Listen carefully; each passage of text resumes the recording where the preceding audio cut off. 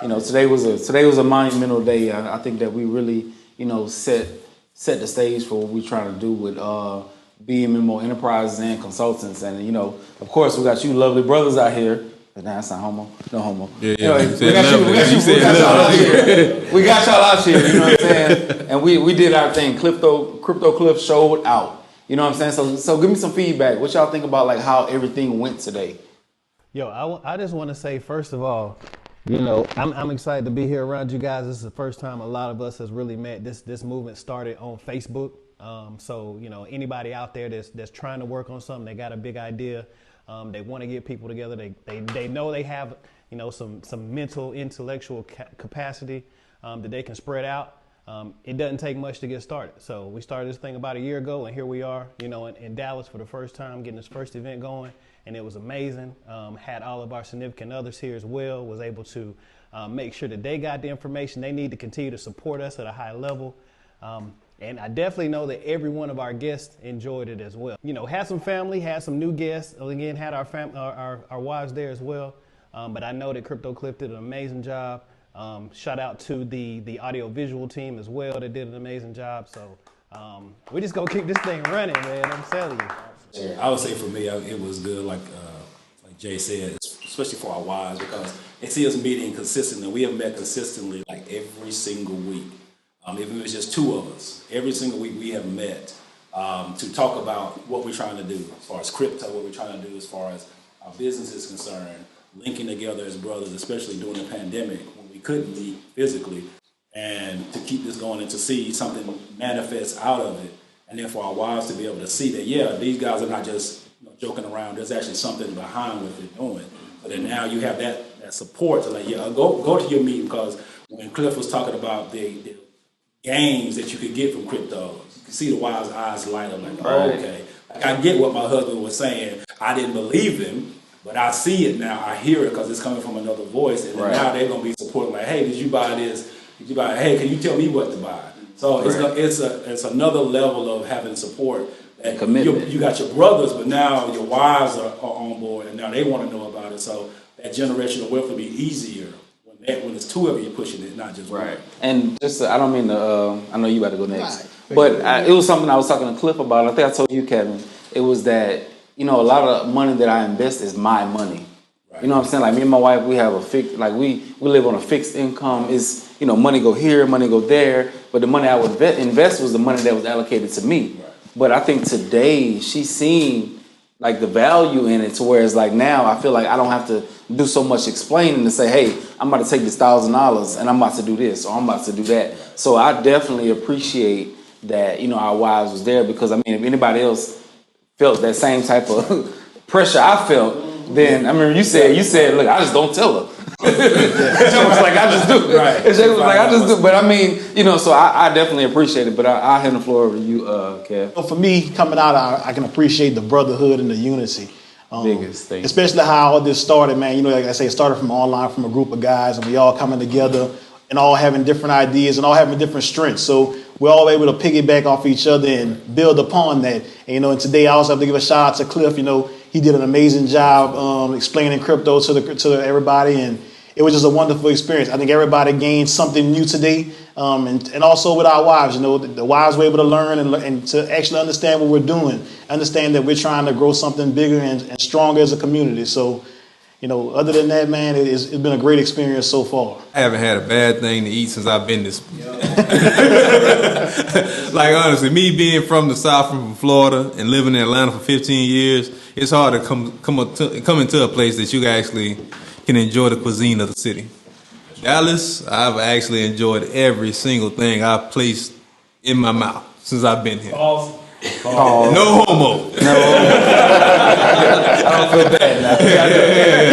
Yeah. But I mean, even from the steakhouse to the breakfast we had yesterday, which was amazing. Shout out to Maple Leaf Diner, which I will be back at that motherfucker tomorrow morning. Everything here has been phenomenal. The people here have been phenomenal. The hotel staff has been phenomenal. I'm enjoying Dallas. Online in the group, the whole digital experience, everybody being virtual for so long. What was it like being able to come together, like not in the normal places, not in the place that you would go to before, but coming together in a new space and really creating something new? What was that? Tell me about that. Well, I think that like we started coming together, and when I came to Atlanta, we started to meet up. Which time? Because you came to Atlanta. You came to Atlanta for the meetup, and then you came to we went paintball. Okay, so the meetup, Yeah, we started setting up like meetups in cities. So I flew down to Atlanta. I hooked up. That's the first time I met Kelsey. First time I met Cliff. So we did that. But I think this experience is different because like this is our first time. Well, let me go back a little bit. Like we've already had established a business together. We are established rapport. But coming together and just to see our brother. To see our brother, you know what I'm saying, like a black married man, you know, like the things that we're trying to build, like to see him like out there, like just, you know, spreading this information confidently, like it was inspirational. So like I was inspired today. I'm like I'm happy that my wife's seeing like, well, damn, I'm about to invest some money. Well, you know how the wives go, man. You gotta sometimes they gotta hear from an outside source for them to be able to grasp the concept of some shit. And honestly, I've been trying to teach my wife. I hope she ain't around. I've been trying to teach my wife the same shit for the last 6 years, and she never grasped the concept. She never wanted to grasp the concept until today. I actually see the light in her eyes. She actually wants to get into the crypto market. She tried to get into the Doge, shitcoin Doge. Buying the hype. She trying to buy the hype. And I told her no, just sit your ass down somewhere. You know, she tried to get into. She got into the sheep, and I actually told her to hold some sheep. You know, hold some sheep when it comes down to investing, man. But to see her actually light up and start asking questions was worth the whole entire trip to me. That's what because I know now she actually grasped the concept. She's seen the amount of money we have in our account. She's seen the bulk of wealth we created for our kids and our grandkids, to be honest, at this point. But she didn't grasp the concept that I didn't actually need you in this space with me. You know what I mean? Now she got it. I need you in this space with me. That validation. Yeah, that validation. Well, and that's for me, you know, just kind of being a single guy who's looking to potentially be married, right? How was it being, or what have been some of the challenges now you can overcome differently with her seeing, with them seeing now what's going on? Because like you can tell them and talk to them, they see the money, but like how do you now communicate that with them? I think it'll be a lot easier. It'll be a lot easier now because now they see the value in it. Like, for instance, my wife seen the value in everything I was doing investing because she seen the price, she seen the money, she seen me being able to afford to buy us houses and buy us cars and buy us these things and go on vacations. Hell, I was in Maldives in June. You know, I paid for Maldives with cryptocurrency. She's seen all the value of it, but she didn't get the information part of it. So now that she can grasp the information part of it, like I said, she's hard-headed. I've been trying to teach her this shit for 6 years.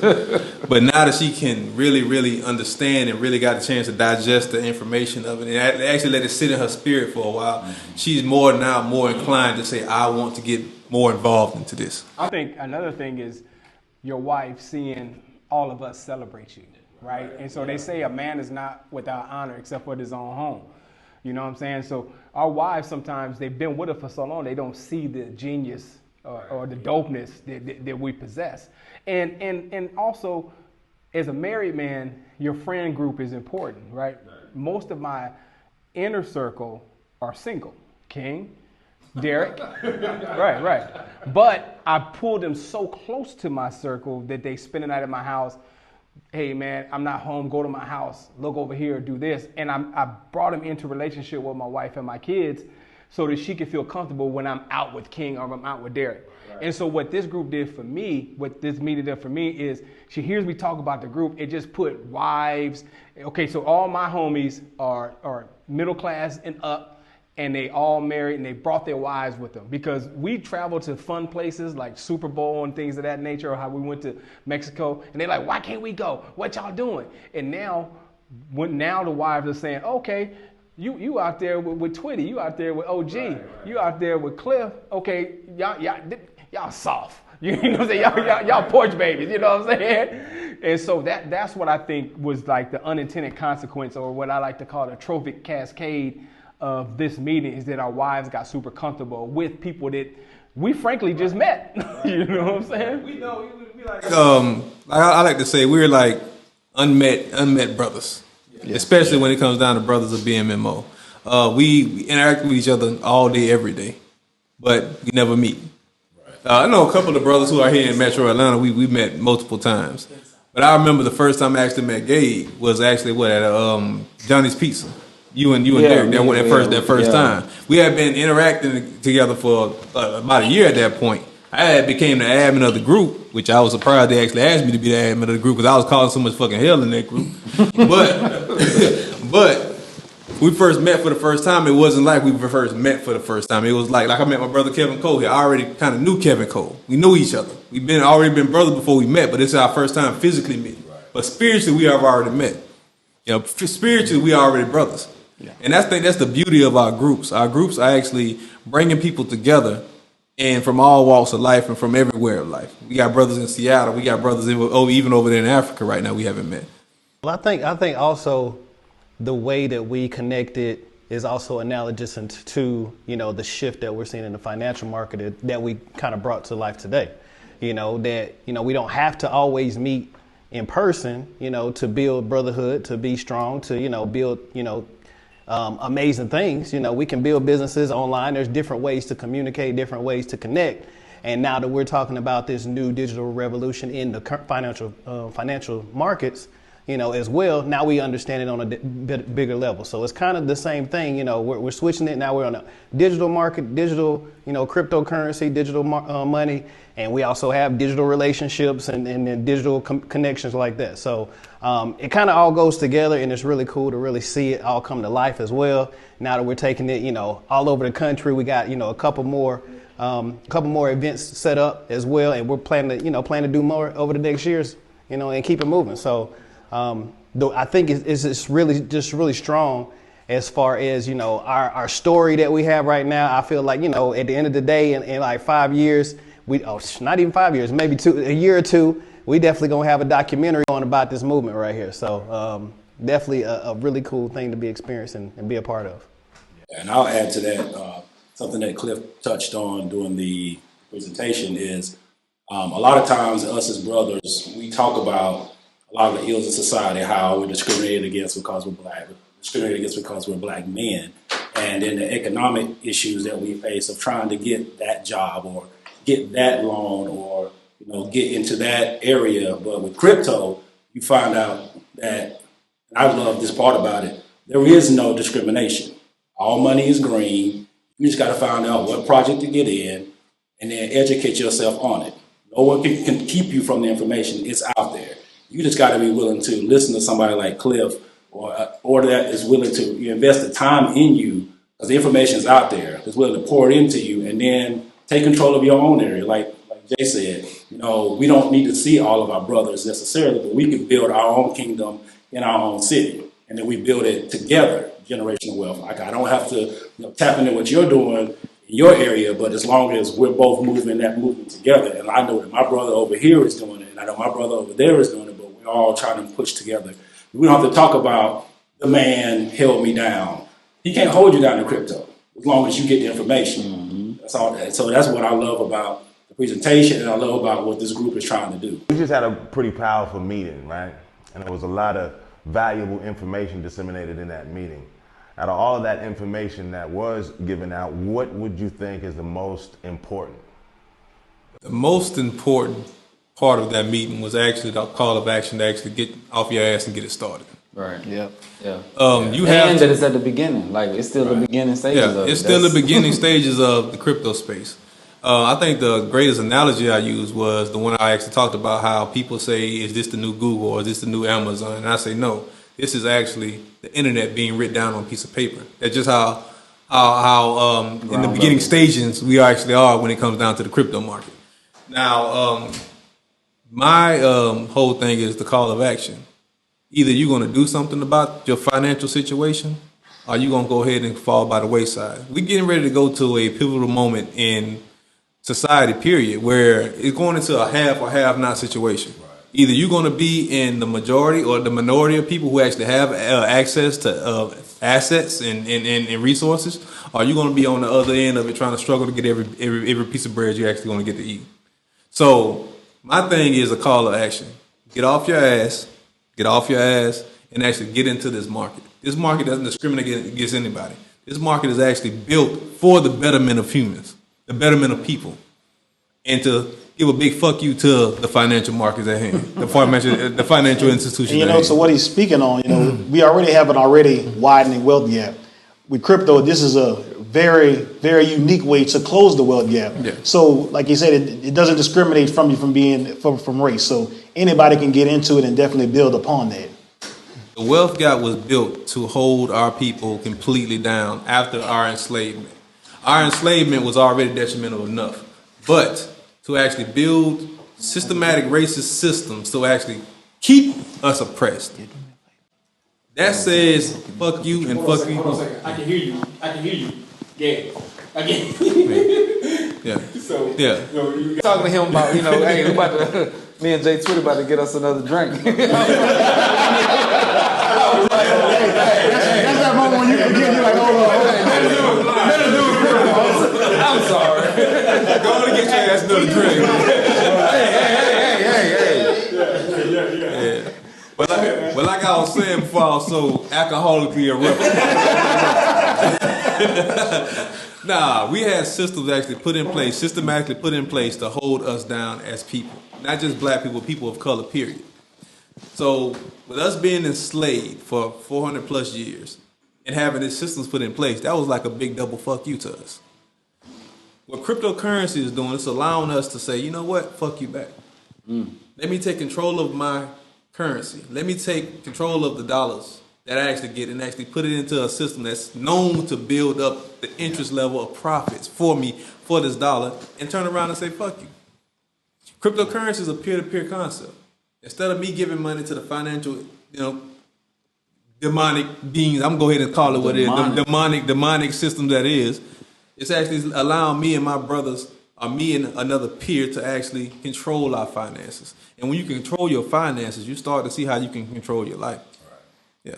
Finances is everything. Everything runs off the dollar bills. Everything runs off of currency. So why not empower that currency? Why not take what they try to do to us, which is enslavement, and enslave your finances and make your finances go pick cotton for you? You know, as I think about this, whether you want to build generational wealth, whether that passionate thing is education, whether it's social justice, this is the pathway to accessing that and making or improving that, right? I mean, from a professional standpoint, we got education, teachers, you got just different things, and there are other things that drive us along with the money, right? The money is just helping us do that more. So I think that's another point of conversation that we can have to say, this is a social fuck you to the systems that have been suppressive, repressive, and you know what I'm saying, and from all standpoints, you know what I'm saying, and it's driven by the same mindset. If you think about it, when you talk about slavery, the idea of enslaving people to generate wealth, to generate labor, is abusive and inhumane. But they were so fraudulent that they had to build these pillars and these institutions to hide it. Well, with the blockchain, you can't hide it anymore. And if you're doing fraudulent stuff, you're blocked. And so now it forces you to be more, not just honest, but genuine and authentic, which is reflective in the relationships that exist online. I like what you said, digital relationships. Now it's your digital relationship with individuals, but also with finances, currency, and opportunity. It does something that our wives rarely do. It forces us to be accountable. Oh Lord, don't post that. And I think a bigger part of it too.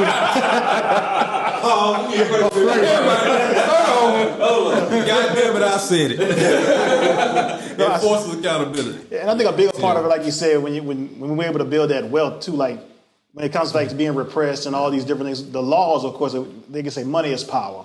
And this is a new form of, to me, power.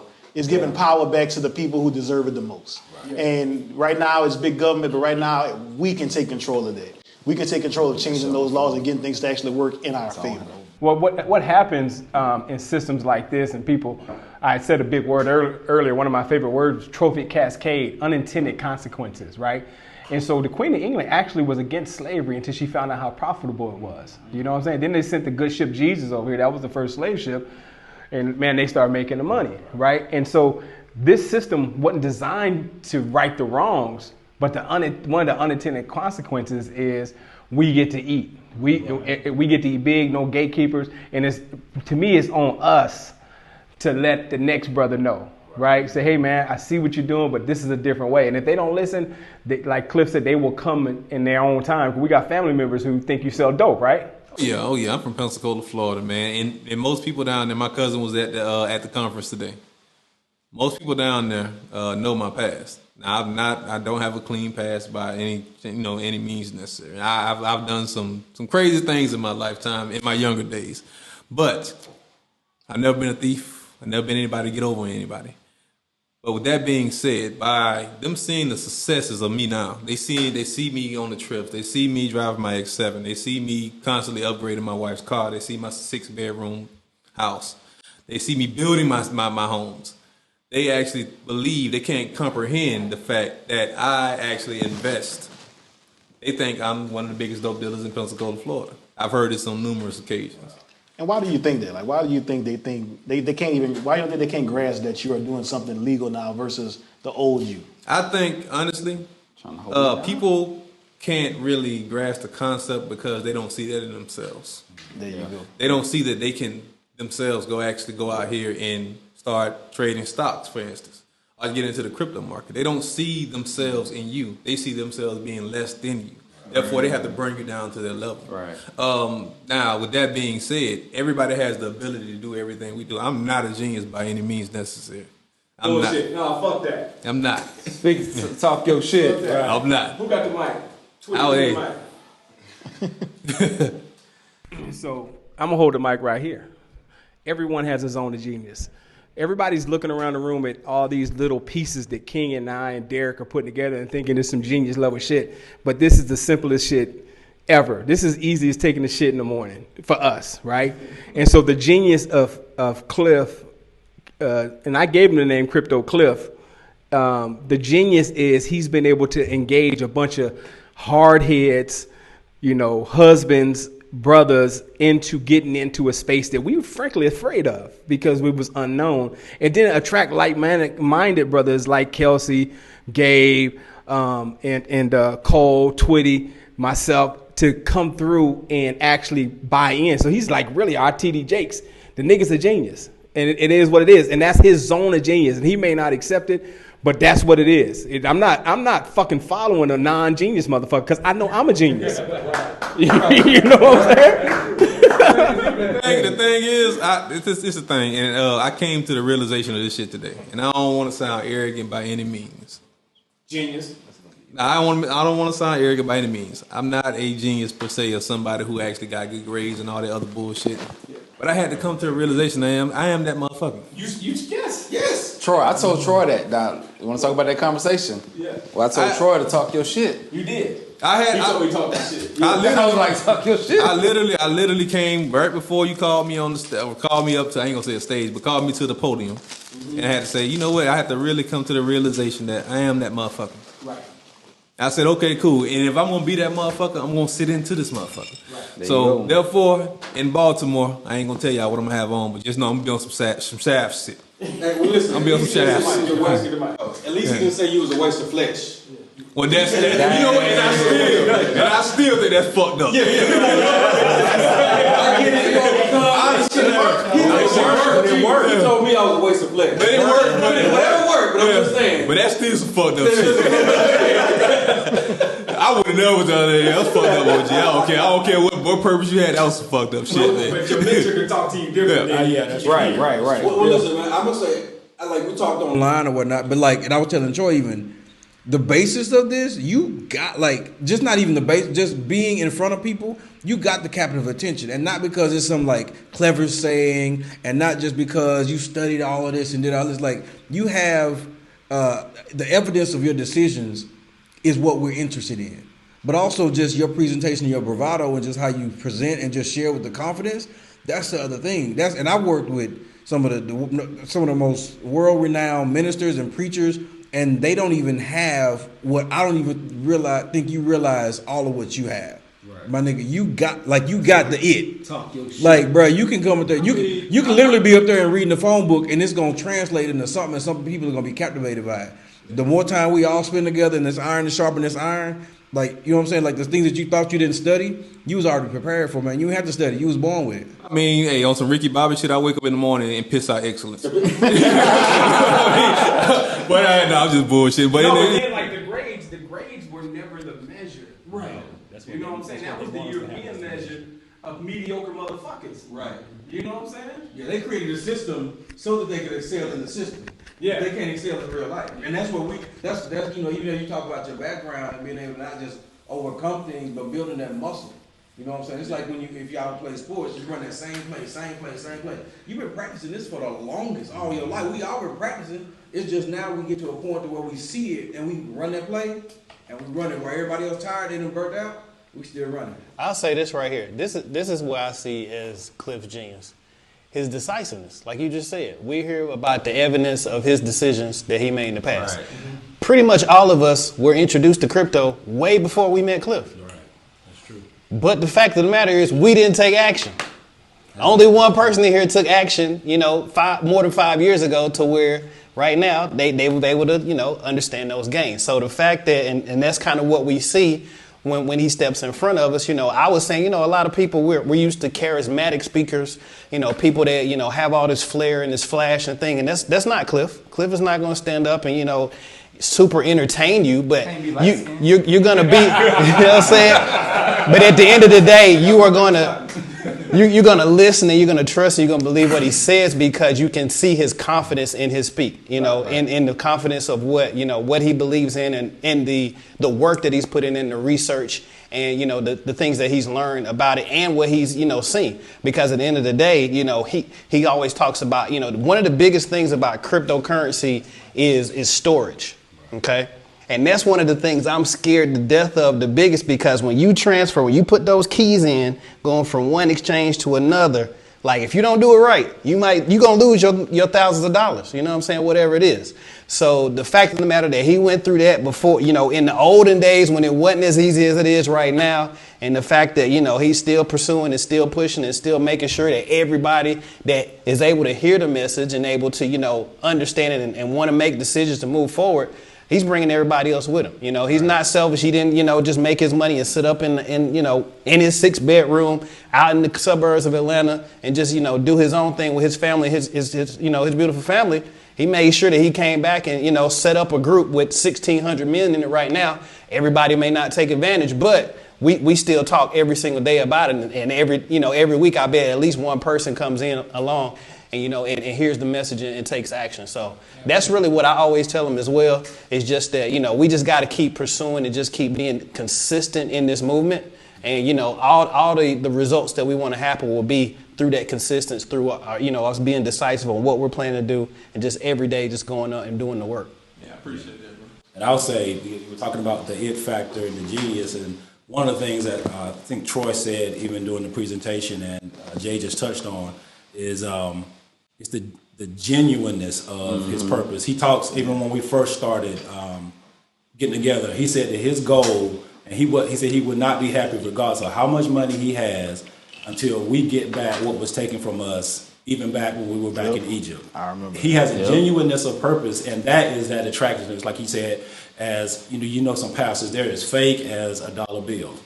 And I've been in church. I know a lot of fake preachers. They know how to present well. They know how to put on the bravado, but they're not as genuine. They have no genuineness of purpose. And Cliff is truly genuine about getting our black people, Right. and the ones he knows and doesn't know, to a place of wealth, but not just for the wealth purpose, but to be able to release our people from having to work for somebody else, having to be enslaved to the dollar, but to be able to, use that money to free other people, to create economic wealth, to be able to go back and get that brother that, does not think that the only way that he can get it is through the dope game. The only way he can get it is by playing basketball with its limited opportunities. The only way he can get it is playing football with its limited opportunities, because there's only so many teams that can hire you. There's only so many teams that can get you on basketball. But in crypto, everybody has an opportunity. Right. And so the genuineness, I think, is his niche. That's it. Been in the group where you get a chance to watch a lot of you brothers, man, and just kind of interact, right? And so watching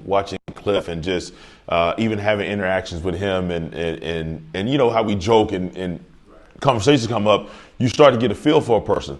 But the main thing is, you guys have said it over and over, it's relationship. And the reason relationship, like, number one, I knew Cliff's relationship with Troy. So my relationship with Troy is, I said, you know what? If he says it, I'll do it. And so what happens is that I use a scenario with some buddies of mine who went military, right? They was talking about the general. Well, when the general is in charge, a lot of times you just take the orders because you know he's looking out for the best interest, right? And so a lot of times is that when I look through it and I say, what is the relationship? You know, Troy has a thing where he says no new friends. And so I questioned him on this one time. He said, well, no, my new friends come through my old friends, right? So he was like, it's a vetting system. Well, it's the same thing I even did with the group. It was a vetting system. Who's in the group, right? Once I figure out who's in the group and the trust level I have with the person is just on the word. If he says go, I'm going. And then here's the thing is that because of what his relationship is with Cliff and then, you know, just watching from afar, you know, so if Cliff says, yo, this crypto is where we need to be moving or, you know, this actual specific coin is where we're going. I got to go off that word because you guys have said it. He has a track record and he went through the trenches when it wasn't so easy. He has that knowledge when it was fresh on the scene, when a lot of us was hesitant. So now for somebody who's put in that amount of work, man, I have no choice but to fall in line and say, okay, how do we move this forward? Because guess what? I want to move my family in the same direction he's moved his family. So what better person to listen to than somebody who's already did it? Terrence called me and said he was about to fly to Baltimore. He wasn't coming today. I just told him to slide people in. Yeah, I wouldn't because I had some shows to produce and I knew I was going to miss most of it. And I said, yo, are you going to Baltimore? Because I go to Baltimore. He was like, man, just come through whenever you get a chance. So, but that's because of that relationship. I'm going to tell you what was interesting too. Something that he said in the conference that I think that didn't grasp people like it hit me was that he said when somebody asked him, how did he learn crypto? He said it was self-taught. And I think one of your number one assets is your brain. And I think once you have to train, you know, even everything that we can present to somebody and everything he can present to you about crypto, you have to do your own due diligence and train yourself up and go out there and do the research to try to find to help move yourself forward, you know. Can I say this real quick about Cliff also? Cliff, your ability to be able to articulate what it is that you do, but also do it with the confidence, right? And so there was no hesitation. You know, when people threw out something, it was like, oh yeah, I know about this, I know about that. And so a lot of times, you just mentioned about self-taught. So a lot of times when you're inundated in that process because you know you got to get it because there's nobody else to pull on, you have to use all those. So one of the most things I was impressed with just sitting in the class for the time I was when somebody threw out something, he was like, yeah, you know, this and, you know, and so he just was able to jump around. The confidence level was there. When Cliff engaged me, he said, hey man, I want to do a tour. And guess where we're at? We on tour. You know what I'm saying? Like, hey man, I want a membership group. And so, you know, he'll be tired and I'm saying, man, we could do this later on. We'll do it tomorrow. Nah, I got to go. He's so persistent that it rubs off, you know, in a quiet way. And so the reason we're all here is because how many times have we said, man, we're going to do this, we're going to do that. And we let life get in the way. Cliff don't let that shit get in the way. You know what I'm saying? But that also when it's fucked up, he'll let it ride and say, okay, we'll come back to that shit. You know what I'm saying? And so, you know, without just heaping on, because it's real embarrassing when all your homies is like celebrating you. But man, we appreciate.